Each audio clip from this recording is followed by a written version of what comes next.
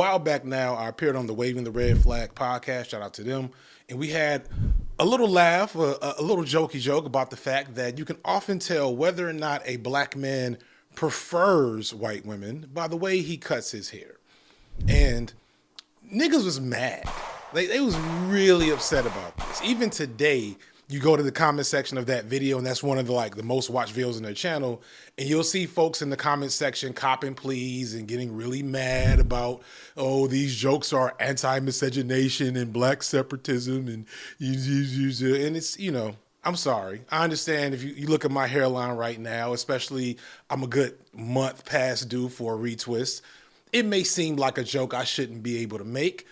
But that's probably because you don't really understand the joke, or the joke might have been about you. And it doesn't matter. I made a whole darn near 90-minute video explaining my position on interracial dating. And motherfuckers would rather not watch that and just keep whatever preconceived notions they have. And that's okay. I'll be fine. However, recent events have made me want to again spin the block on this topic, which has always been amusing and interesting. And to be honest, revealing on how race works, and it just so happens that it involves sports. Yes, that's right. It's another sports video. I tricked y'all again. Finish watching. This is Robert Griffin III, and before we go any further, I just want to show the type of hair that he has had over the course of his public career. Look at this shit. This man is a multi-millionaire, okay? This is how he's looked even after he was in the NFL. But I'll come back to this in a second. RG3 has been made fun of by black people for years, not just for his haircut, not just for being a draft bust, which to his credit is due more to injury than poor play, but mostly for being every stereotype you can make about a black man who prefers white women, again, down to the hair. If I ever come off hostile toward black men who prefer white women, I won't gaslight you. That's genuine hostility. But it's not because I think it's bad to date outside your race. I personally prefer black women and have never dated outside my race, but I'm not beyond appreciating white women. Like many a nerd, I had a Topanga phase as a young man. I remember when Jessica Biel decided she wanted to break away from the conservative image she had by posing half naked in a men's magazine back in 2000. When she was 17. This is from when she was 17. I was 18 at the time, so it was okay, but I'm just saying, this is some wild shit. And like many men watching Rhea Ripley slam and then mount a woman while staring deep into your eyes, that brings up some feelings I can't adequately describe that I have toward white women with dark hair and tattoos. But I want to repeat, there's nothing wrong with anyone dating outside their race in general. But as I explained in Swirl Economics, when it comes to black people, including some black women, dating outside your race has a tendency to be an indicator on how you view blackness and engage with black people. And for a lot of black folks, specifically black men who do date outside their race at twice the rate as black women, this has time and time again been a telltale sign that there are some coded activities happening behind the scenes, and few people illustrate this better than RG3.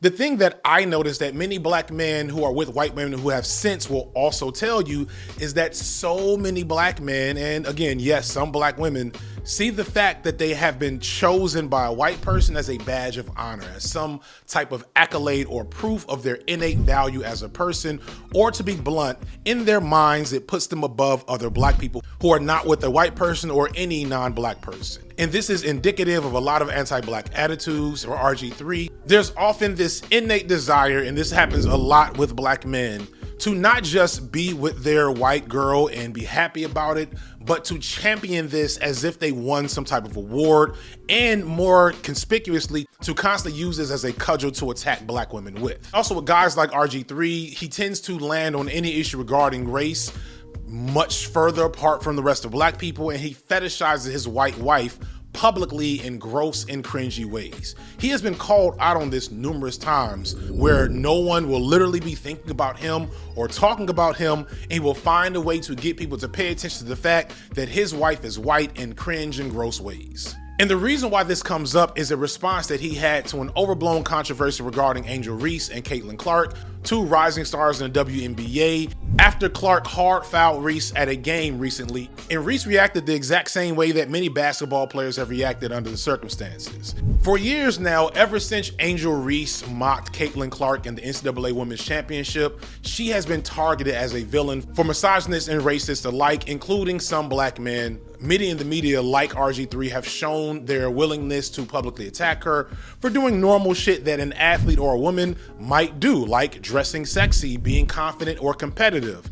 With Reese, it's never just about her game, although I'm told, I don't watch the WNBA, so like bear with me, but I'm told she does have some improvement she needs to make on her game. But as I've said before, you always have to be careful about criticizing women, especially black women in public, because the criticism and attacking and hatred of black women is basically its own genre of entertainment at this point. It's not just the gross mountain of red pill stuff. We've seen red pill ideology mutate and seep its way into regular sensibilities, or as I said on a Twitch replay on my FD Streams channel, the thing you have to recognize is that red pill ideology isn't so far away from the way regular people think about women as we would like to believe, which is why it's so easy to spread and take so much to stop. And thus, black women in the public eye, like an Angel Reese, but also Doechii, Meg Thee Stallion, Sha'Carri Richardson, Simone Biles, and so on, they're constantly under attack for a variety of made-up reasons that basically boil down to misogynoir and a hatred of black women. And knowingly or unknowingly, when RG3 decided to throw his hat in the ring on this recent incident and tweet out something about Angel Reese, he stoked more flames and fire in a very irresponsible way. To be fair to him, it's not the worst thing that's been said about Angel Reese since she became a public figure, but coming from him in particular, knowing his particular history, a lot of people got upset and got on his ass for it, and you know, I appreciate a good beatdown for some motherfuckers every once in a while. I do hope that people remember and recognize just how many black men have come to Angel's defense, although there have been some black men that treat her poorly in the past. Like, please recognize that people, most notably for this conversation, Ryan Clark, who's emerged as a pretty solid voice for sensible black masculinity, came out and really like I won't say he read RG3. Well, he did. From a straight black man standpoint, you understand that this from Ryan Clark was very much a read on RG3 and his weirdo white fetishism that he's been doing for years. Did Ryan Clark have to bring up RG3's wife? Not necessarily, but does it make sense to point out that RG3 and his white fetishism indicates that he's going to be the exact type of dude to not understand what Angel Reese is dealing with and why he shouldn't contribute to it?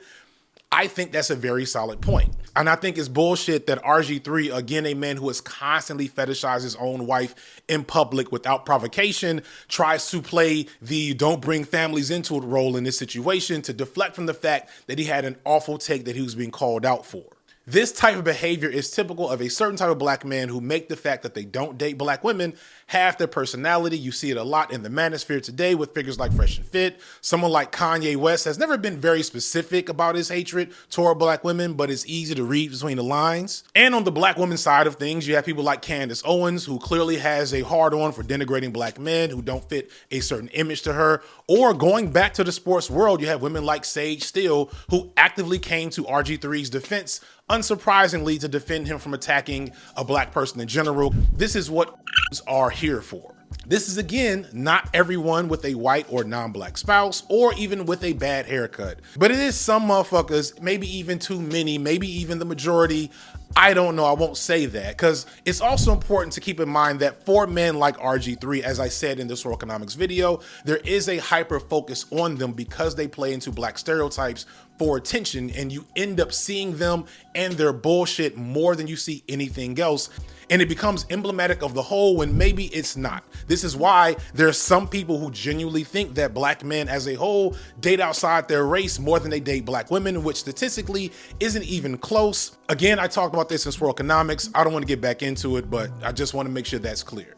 But to explain the joke of that original video about the I like white women haircut, these folks, male and female, tend to look a certain way. They tend to have a certain appearance, and that appearance, interestingly, I think is connected to a specific type of experience that we haven't talked enough about in terms of how does a come into being. And I bring this up because as a sociologist, the same way I try to break down interpersonal and micro issues into macro understanding, that should still also be happening with as annoying as they are. For example, RG3 specifically was an army brat, so he likely never got overly settled in a community of any sort for most of his life. And I know enough military kids to know that their parents can sometimes be a specific type of toxic and make specific decisions with their children, with their black children, that maybe aren't the wisest decisions. I think it's unlikely that RG3 was ever in a majority black space for much of his life, and if he was probably very ostracized from those spaces because he would never have had the opportunity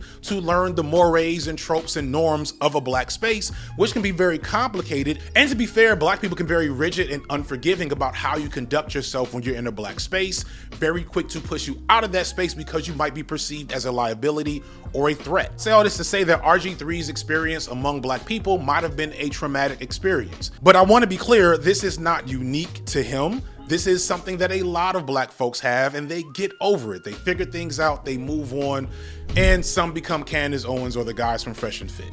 One thing you'll always hear from many black conservatives, if you listen closely, is how they have resentment for black people and for black culture, for rejecting them, for being different or not conforming to what a black person is supposed to be, which is usually code for black men or black women didn't like me, so now I hate them. I'm gonna try to make money by making them look bad. And if you're willing to subject yourself to certain daily abuses and not defend yourself against microaggressions, or even if you want to be a white knight to come defend your white friends from black people who are accusing them of being racist, those white folks will accept you if you play that role. And they may even sometimes have your back and extend to you the community that you feel like you're missing. And within those communities, you may not understand that your haircut is really bad, at least by black people's standards. And if you have, I don't know, military parents or parents who are averse to black culture, the type of parents that might move their kids away from all black people and put them into an all white space, they may not know that whatever the fuck this was for RG3 should not exist. Look at this nigga's hair. This is how he went to college. If you look like this in front of black people, you might get roasted. It just might happen. And that might not be fun, right? Clearly. If you look like this in front of white people, they don't know.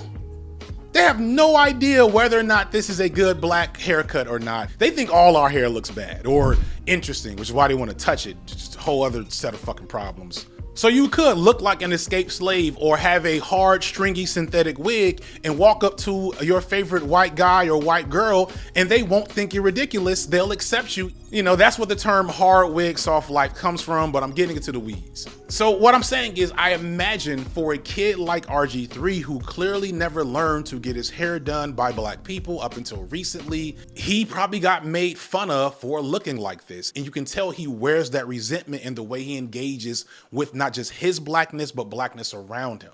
And that pathology is like, it's something that happens all the time. It's wrong, but it makes sense when you think about it. The point I'm trying to get at here is that anti-blackness is deep and is part of a complex system of conditioning that all of us are subject to and interacting with in some way, which means even though we are the ones of the interior, it's still partly our responsibility to address this. Shout out my homie Bellamy, who once said something like, it's not just a problem that some people are, it's that we live in a system that encourages behavior. Because understand, there aren't just black, Indian, Mexican, LGBTQ, and so on. And all of them tend to find ways to present themselves to the white world as less threatening and more worthy of being accepted, often through their aesthetic. And much like RG3, the goal of this is for them to show their asses in ways where you know where they stand on those issues. But I will say the solution isn't just to chastise. At some point, you need to try to pull folks in, give them a safe place to heal from the harm they subject themselves to.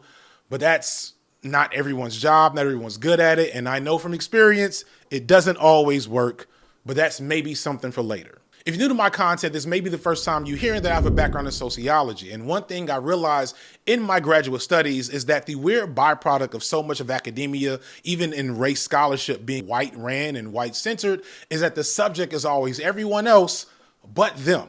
Like, one thing I wonder is how RG3's wife feels about his weird fetishization of her whiteness. Does she even realize it's weird? I doubt it, but to be honest, I don't know. These are the types of questions that tend to go unasked because whenever we talk about racism, it's paradoxically white-centered, meaning that everyone else involved in the conversation is the subject and they get to remain objective. This is one of the reasons why I made my short documentary, Talking to White People, where I actually asked explicit questions to white people about the reality and nature of whiteness as it pertains to race, and how whiteness being invisible in the conversation about race is actually a huge problem. If this sounds like something interesting to you, sadly, you won't be able to see it here or on any of my other YouTube channels. You'll only be able to find it on Nebula. In case you didn't know, Nebula is the independent streaming platform that has had my back on YouTube for years now. They've been a huge support for me building this channel, building my numerous channels. And it's not just me, it's a ton of other creators with similar levels of intellect, experience, creativity, and forward thinking.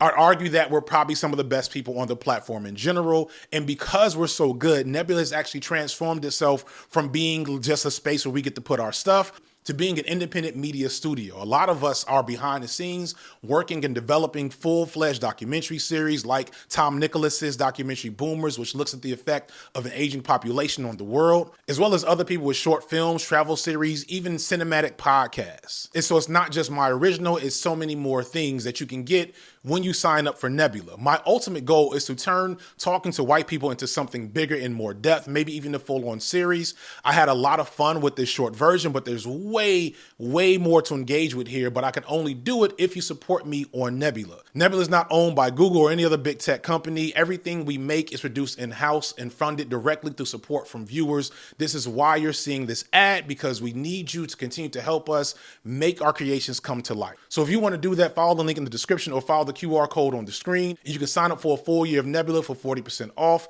You'll be supporting the growth, not just of my channel, but creators like me to continue to go beyond the limitations of YouTube and modern media as a whole. Thank you so much for watching. Thank you so much to Nebula for sponsoring the video. I'm FD Signifier, and this has been Light Work.